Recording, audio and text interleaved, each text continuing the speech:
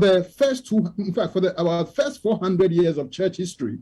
So when you read the book of Acts and you see the early church formed, at some point the book of Acts ends, but throughout the book of Acts, they never built a single church. Right. There's no church building. And the first church building, they started building them after over 400 years of church history. Does that mean that they didn't have faith? Does that mean that God was not with them? No. A very important point that you just made there, and it brings me to this point that I can bring in Edwin Appiah. He's with the Fourth Estate. He's also a Christian as well. Edwin, if you look at how this process has been managed, today the National Cathedral has a statement out there explaining everything. Are you satisfied with the explanation they've offered and also how the process has been managed so far, given this is something that is supposed to be a testament for the Christianity of the country? Edwin. Yeah, thank you very much. I think Okuda mentioned something about how it has taken so much activism or social media around to get the cathedral secretariat to give us any form of a response. And that should be quite worrying. But you see, beyond even talking about the Bible, you have to understand these two institutions that are building the cathedral, the government and then the church. And these are two institutions which traditionally are one of the most opaque institutions, two of the most opaque institutions we have in this country. In this country, churches represent a very chronic lack of accountability to even their own members.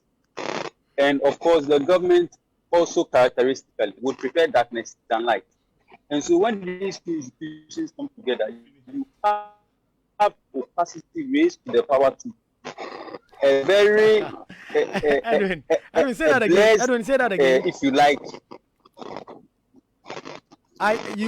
We lost you over there. What point were you making?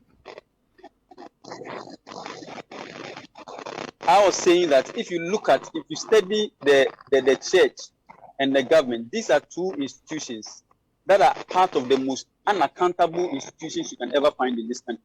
Churches don't account to their members on how they even use church finances. And the government would prefer more darkness than light. And so when the two of them come together to say they want to build a cathedral, you have opacity raised to the power to. You have a blessed pact to remain unaccountable as long as they can. And that is what we are dealing with. If you go to churches in Ghana today, their members, most members don't know how much tithe will be collected in a month. Most members don't know what church finances is being used for.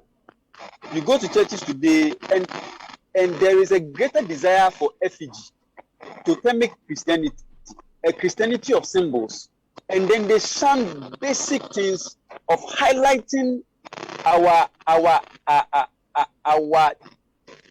desire to fight sin, our need for righteousness, and they go about doing things that shows emblems of Christianity and not the substance of Christianity. What is